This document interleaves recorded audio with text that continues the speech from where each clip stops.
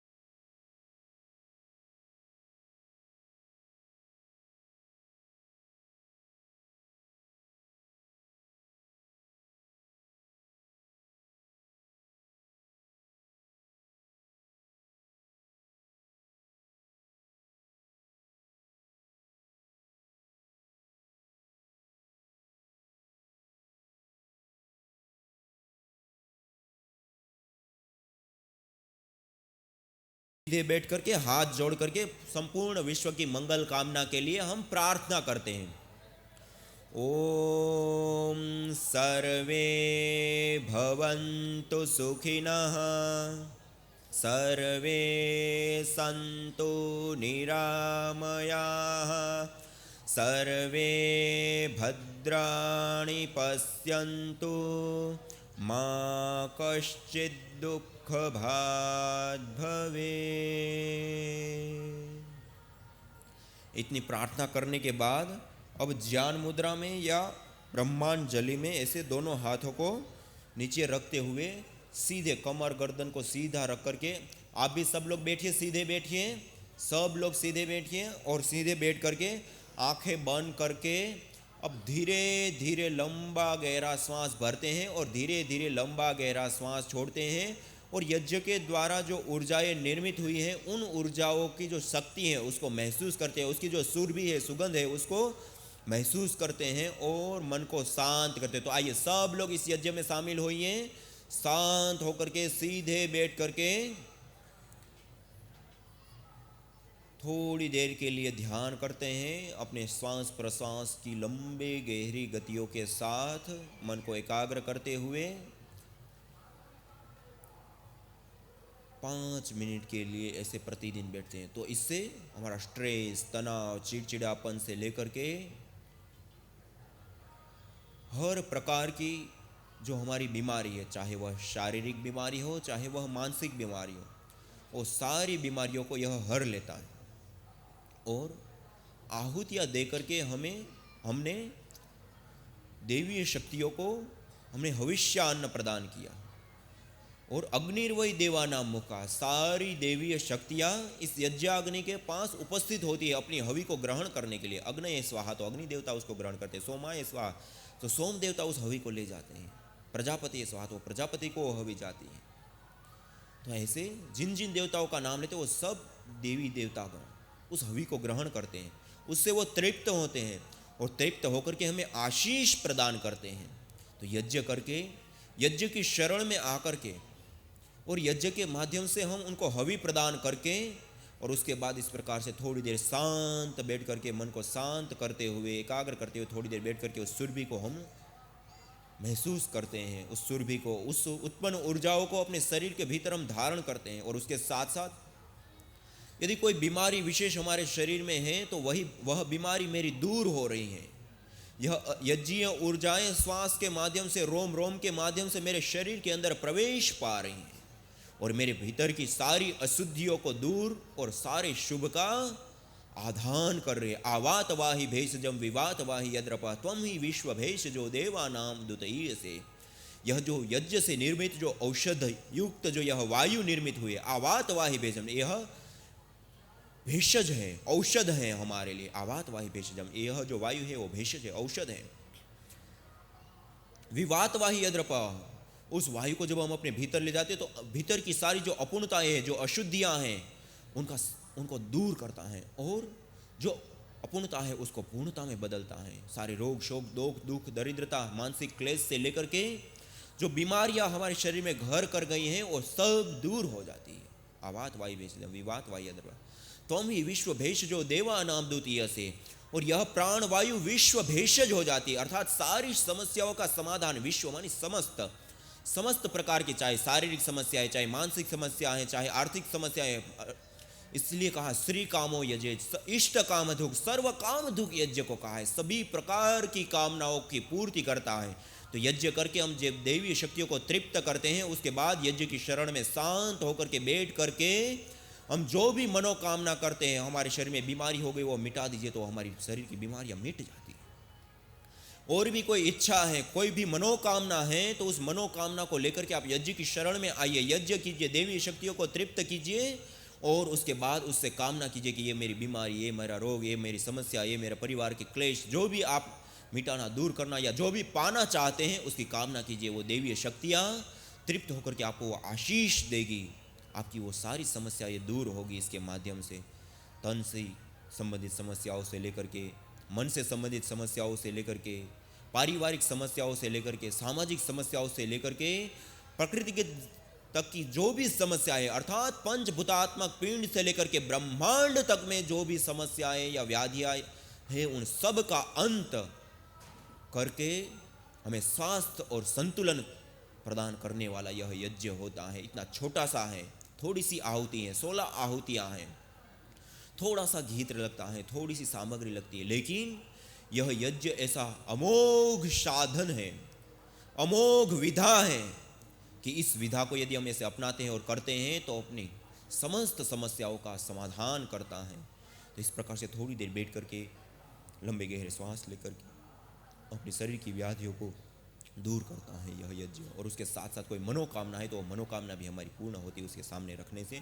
तो इस प्रकार से करते हैं, और फिर दोनों हाथों को जोड़ करके सभी देवी देवताओं को, गुरुजनों को, परमपिता परमात्मा को याद करते हुए, परमपिता परमात्मा को नमन करते हुए, जिस परमपिता परमात्मा ने हम सबको यहाँ भेजा है, हम सब के लिए अन्न जल फल फूल साग सब्जी औषधि वनस्पतियों से लेकर के समस्त प्रकार के धन ऐश्वर्य हमें प्रदान किया है, और उसके साथ साथ हमारे जीवन की दिशा और दशा के लिए अत्यंत आवश्यक जो ज्ञान है, नॉलेज है, उसको हमें वेद के माध्यम से हमें प्रदान किया है।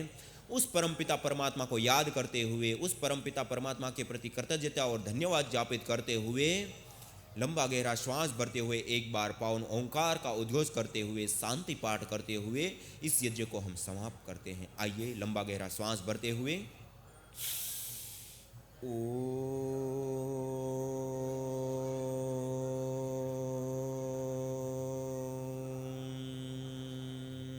शांति शांति शांति।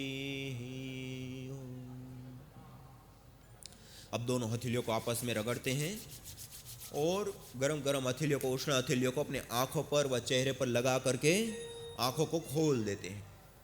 चेहरे पर व आंखों पर लगा करके आंखों को खोल देते हैं। ऐसे इस यज्ञ को संपन्न किया जाता है।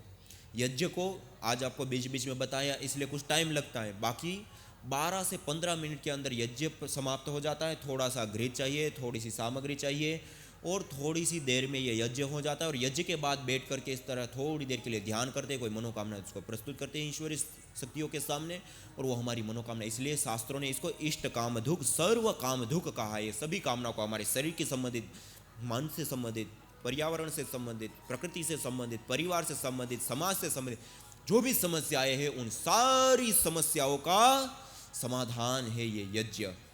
ऐसे यज्ञ हो जाने के बाद, प्रार्थना हो जाने के बाद, शांति पाठ करने के पश्चात कपूर, गुगुल, लोभान, राल या मेधावर्तक जो जड़ी बूटियाँ होती है, माल कांगनी, ज्योतिषमती, ब्राह्मी, शंख पुष्पी आदि, या इस प्रकार की जो जड़ी बूटियाँ होती हैं विशेष, उन जड़ी बूटियों को जो अंगारे होते हैं ना, उन अंगारों के ऊपर थोड़ा सा रख देते हैं, और उससे जब धूम्र उठता है जैसे हम जिस हवि की आहुति देते हैं उस हवि में भी जड़ी बूटियां होती हैं, उसको भी चुटकी भर थोड़ा सा लेकर के रख सकते हैं।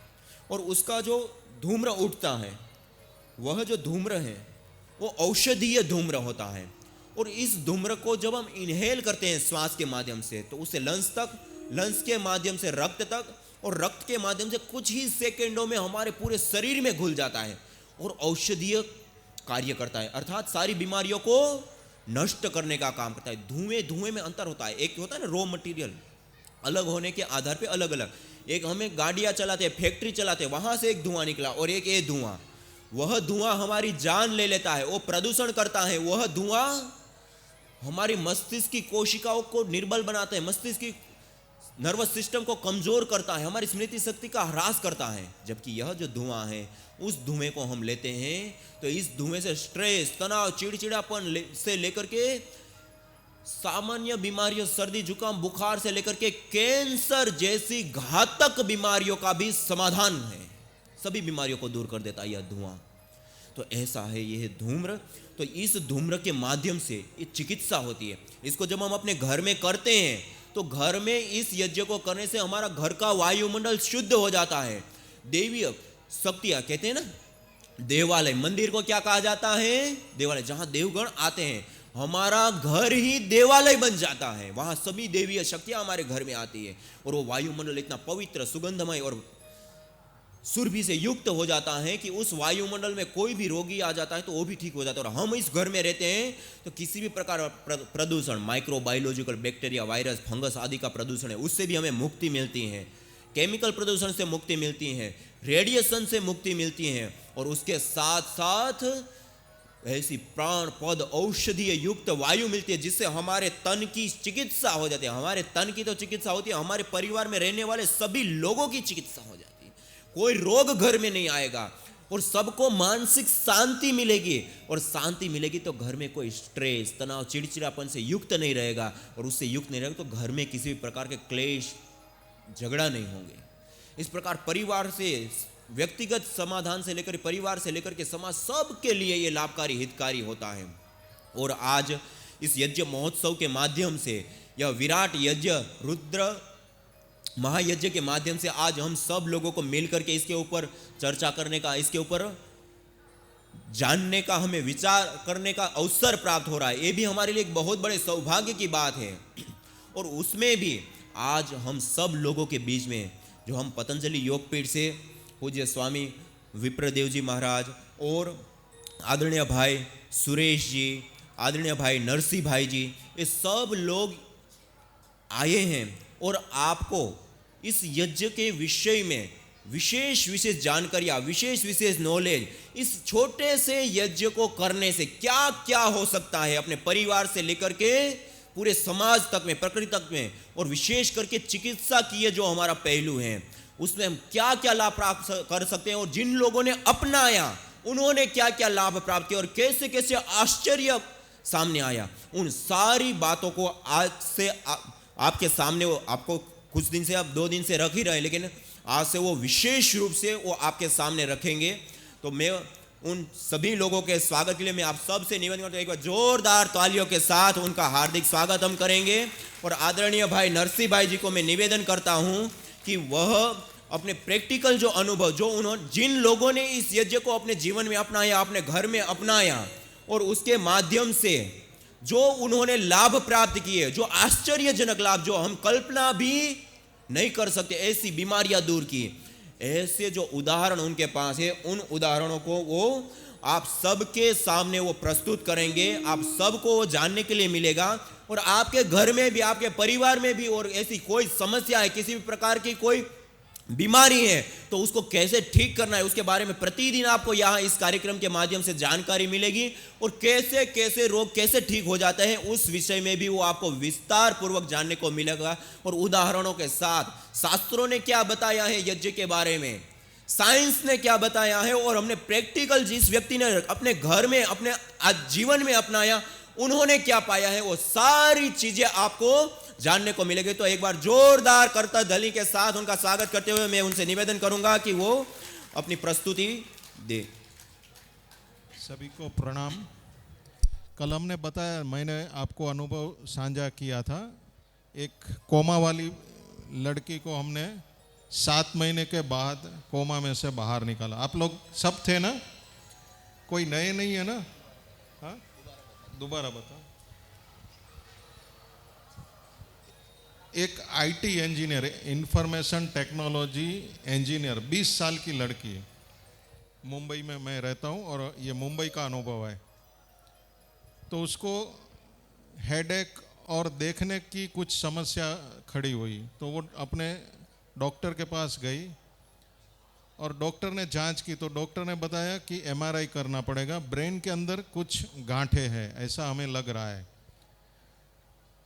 और उसके बाद डॉक्टर ने बोला कि ये ऑपरेशन करना पड़ेगा, और डॉक्टर ने लिखवा लिया कि ऑपरेशन के दरमियान ये लड़की कोमा में जा सकती है, हमारी कोई गारंटी नहीं।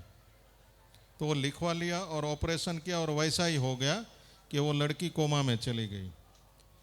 फिर 7 महीना तक कोमा में ही रही। उसके माँ बाप को ऐसा लगा कि ये लड़की कोमा में से बाहर आएगी, तो 2 महीना 3 महीना, डॉक्टरों ने तो 2 महीने के बाद बोल दिया कि आप लड़की को घर पे लेके जाओ, इसका अभी कोई इलाज नहीं हो सकता। लेकिन माता पिता की आशा रहती है कि अपनी संतान को कुछ हॉस्पिटल में हो सकता है, तो ज़्यादा दिन तक भर्ती किया। तो 7 महीना तक कुछ रिजल्ट नहीं आया। 30 लाख का खर्चा हो गया। वो सामान्य परिवार था, 5 लाख खर्च कर सकते हैं, वैसा 25 लाख का कर्ज हो गया उसके ऊपर। 7 महीने के बाद हमारे पास आए, उसको पता चला कि यज्ञ से, हवन से चिकित्सा होती है। तो हमारे पास आए तो हमने उसकी चिकित्सा की, उसके घर पे जाके 2 टाइम सुबह शाम हवन किया। तो 1 महीने के बाद उसके शरीर में धीरे धीरे संचार होने लगे, हाथ में थोड़ी हिलाने लगी, फिर पैर, फिर धीरे धीरे 1-1 हफ्ता के बाद कुछ ना कुछ नया इम्प्रूवमेंट्स, उसमें सुधारीकरण होने लगा। फिर देखने लगी, फिर बोलने लगी, और उसकी सब पाइप लगी हुई थी, नाक में से खुराक जा रहा था, गले में से कफ निकालने का, मल निकालने का, मूत्र निकालने का, सब नलियां लगी हुई थी। तो धीरे धीरे धीरे करके एक सब हट गई, और 3 महीने में वो पूर्ण स्वस्थ हो गई। अभी 95% ओके है, एकदम बराबर है। तो ये एक अनुभव, स्वामी जी बोलते हैं ना, हवा ही दवा है। ये जो यज्ञ की जड़ी बूटी युक्त, औषध युक्त जो वायु निकलती है, वो हमारे लिए दवा है, हवा ही दवा है। तो ये हवा, स्वामी जी बोलते थे, मैंने बहुत सारे शास्त्रों भी पढ़े, तो मुझे भी थोड़ा संशय थे, ये बोल रहे हैं तो सच में ये हवा दवा है कि नहीं। तो मैंने एक एक्सपेरिमेंट किया। ये जो पर्यावरण केंद्र रहते हैं ना, हर एक सिटी में रहते हैं पर्यावरण जांचने के लिए, हवा की क्वालिटी जांचने का एक डिपार्टमेंट रहता है। तो वहाँ से मैंने 25,000 खर्च करके वो वैन को बुलाया। तो उसमें उसके यंत्र लगे रहते हैं, तो वो मापते हैं कि यज्ञ के पहले हवामान में कौन से जहरीली वायु है और हवन के बाद उसमें क्या फेरफार हुआ। तो वो मशीन को लाए, एक बड़ी ट्रक में लेके आए, बड़ा मशीन था। तो हवन के पहले देखा तो जो कार्बन मोनोऑक्साइड है, सल्फर डाइऑक्साइड, ऐसी 5-6 जहरीली वायु, मुंबई में तो ज़्यादा रहती है क्योंकि मुंबई में गैस चैम्बर ही है। तो वहाँ देखा ये सब वायु उपस्थित थे वो एरिया में। हमने 1 घंटा हवन किया, ये सब अभी जो जड़ी बूटियाँ डाली वो, और उसके बाद वापिस वो यंत्र से मापा गया। तो सब कार्बन मोनोऑक्साइड, सल्फर डाइऑक्साइड, जो भी नाइट्रोजन, सब लगभग 70 to 80%, कोई 100% नीचे आ गया। तो वो, उसका अर्थ क्या हुआ, जहरीली वायु निकल गई और ये हवन की औषध युक्त वायु वहाँ हवामान में फैल गई। तो ये जो स्वामी जी बताते हैं कि ये जो औषध युक्त हवा है वही हमारे लिए दवा हो जाती है। तो ये हवन करते हैं तो चमत्कारिक लाभ मिलते हैं, हम कल्पना भी नहीं कर सकते हैं वैसे लाभ मिलते हैं। जो स्वामी जी ने बताया कि अवसाद है, एलर्जी के, फंगस एलर्जी, वो छोटे मोटे रोग तो ऐसे ही भाग जाते हैं। और एक मैं एक्सपीरियंस आपको साझा करता हूँ।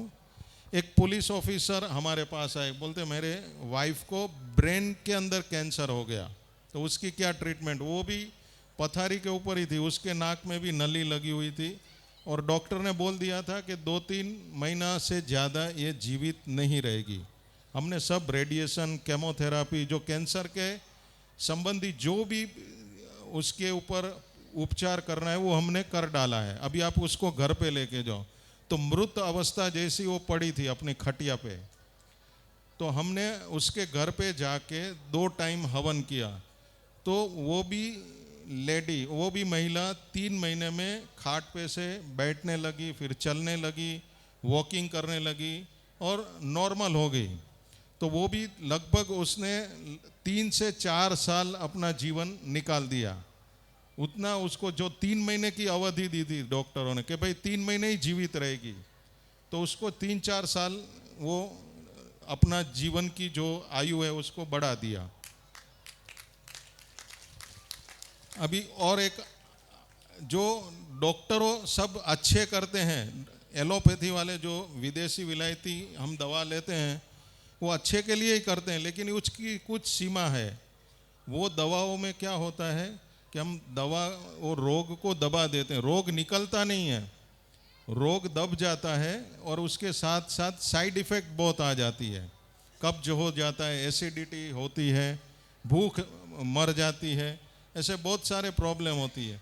तो डॉक्टरों अच्छाई के लिए करते हैं लेकिन उसकी साइड इफ़ेक्ट बहुत रहती है। तो जहाँ एलोपैथी की सीमा समाप्त होती है, हमारी सीमा चालू हो जाती है, हमारी क्रिया आरंभ हो जाती है, तो चमत्कारिक लाभ मिलते हैं। अभी दूसरा अनुभव मैं आपको बताता हूँ। एक हमारे गांव में ही एक लगभग 15 साल की लड़की, उसको मिर्गी का प्रॉब्लम था। वो समझो पढ़ती है तो उसको मिर्गी आती है, इंग्लिश में उसको एपिलेप्सी कहते हैं। मिर्गी में ऐसी एकदम झटका आते हैं और बेभान हो जाती है। तो 4-4, 5-5 घंटे तक वो बेभान रहती थी, कुछ पता ही नहीं चले। तो डॉक्टरों की उन्होंने ट्रीटमेंट की, कोई फ़ायदा नहीं हुआ। 2-2.5 साल तक वो कभी कभी पढ़ाई के लिए स्कूल में जाती है तो वहाँ से उसको उठा के लाना पड़ता है। हरिवंश शुक्ला जी हैं थाने में, उनको हमने बोला माथेरान शिविर में आप आइए। बोले हमारी धर्म पत्नी 2 साल से बहुत बीमार है, उनको छोड़ के हम नहीं जा सकते हैं। तो हमने बोला क्या तकलीफ है, तो उन्होंने तकलीफ बहुत दिलाई। अभी हम डॉक्टर तो है नहीं, जानते भी नहीं कि क्या तकलीफ है। तो हमने बोला कि आप यज्ञ क्यों नहीं करते हैं। बोलते नहीं आता हमको। तो हमने बोला हम आकर सिखाएं आपको, हम बताएं जितना हमको आता है। तो हम बताते हैं, सब सामान भी लाए। तो बोलते अच्छा लाए। तो वो उन्होंने बताया घर जाकर कि उनकी पत्नी को जो तकलीफ है मनके में, उनको D11 और D12 के बीच में उनको इन्फेक्शन हुआ है। और जब भी उन्होंने डॉक्टर को दिखाया तो डॉक्टर ने उनको बताया इस बीमारी को ठीक होने को 3 से 4 साल लगेंगे। तो हमने बोला ठीक है, हम योग तो आप कर ही रहे हैं और योग उनको कराइए और इनको ये यज्ञ आरंभ कीजिए। तभी उन्होंने यज्ञ आरंभ किया और 6 महीने के बाद उनको उसको पूर्णतः आराम मिल गया। जो इन्फेक्शन था डॉक्टर ने बताया कि इससे टीबी होने की संभावनाएं ज्यादा है। तो उन्होंने अभी 6 महीने के बाद जब उनकी रिपोर्ट निकाली तो वो पूरा एकदम ठीक हो गया है और 6 महीने में उनको आराम मिला। डॉक्टर ने बोला अब ये पूर्णतः स्वस्थ है। तो ऐसा लाभ है।